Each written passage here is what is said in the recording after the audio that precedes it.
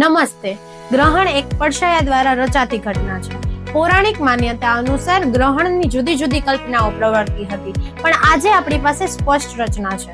તો પડછાયા દ્વારા રચાતી બે ઘટના, સૂર્યગ્રહણ અને ચંદ્રગ્રહણ, ત્રણ ભાઈઓ આપણને સમજાવવા જઈ રહ્યા છે. નમસ્તે, welcome to home Vidyalaya science fair. આ ગ્રહણ પ્રોજેક્ટનું ગ્રહણ છે. ગ્રહણ સામાન્ય રીતે પડછાયાથી બનતી ઘટના છે. આપણે બે ગ્રહણોથી પરિચિત છીએ, સૂર્યગ્રહણ અને ચંદ્રગ્રહણ.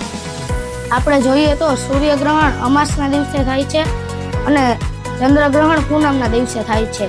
2026નું પ્રથમ સૂર્યગ્રહણ 17 ફેબ્રુઆરીના દિવસે થયો હતો અને પ્રથમ ચંદ્રગ્રહણ 3 માર્ચના દિવસે થવાનો છે. સૂર્યગ્રહણ સામાન્ય રીતે સૂર્ય અને પૃથ્વીની વચ્ચે ચંદ્ર આવે ત્યારે ચંદ્રનો પડછાયો સૂર્ય પર પડે છે, જેને સૂર્યગ્રહણ કહીએ છીએ. અને જ્યારે સૂર્ય અને ચંદ્રની વચ્ચે પૃથ્વી આવે, પૃથ્વીનો પડછાયો ચંદ્ર પર પડે છે, જેને ચંદ્રગ્રહણ કહીએ છીએ. ચાલો આપણે જોઈએ.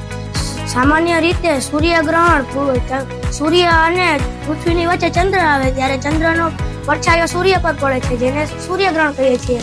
અને જ્યારે ચંદ્રગ્રહણ સામાન્ય રીતે સૂર્ય અને ચંદ્રની વચ્ચે પૃથ્વી આવે ત્યારે પૃથ્વીનો પડછાયો ચંદ્ર પર પડે છે, જેને ચંદ્રગ્રહણ કહીએ છીએ. Thank you.